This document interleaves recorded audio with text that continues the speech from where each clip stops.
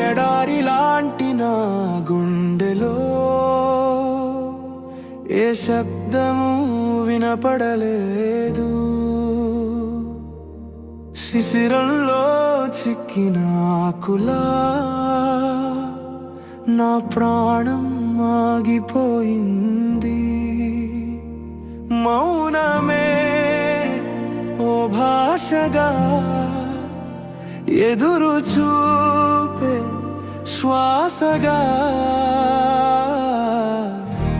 గడిచిపోయేనే కాలమంతా.